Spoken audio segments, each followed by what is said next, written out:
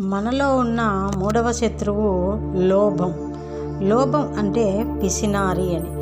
ఈ చాలామంది ధనవంతులు ఒక్క రూపాయి కూడా ఖర్చు పెట్టుకోకుండా లోభత్వం అనేది ఏర్పడుతుంది.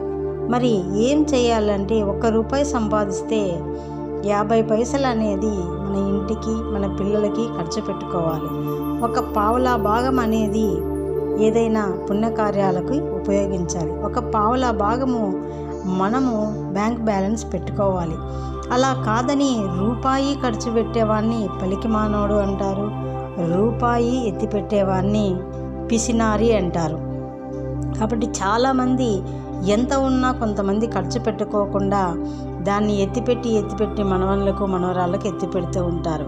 ఈ లోభత్వాన్ని మనం కరిగించేసుకుంటే మనకి మళ్ళీ జన్మ అంటూ లేకోకుండా చేసుకోగలుగుతాం.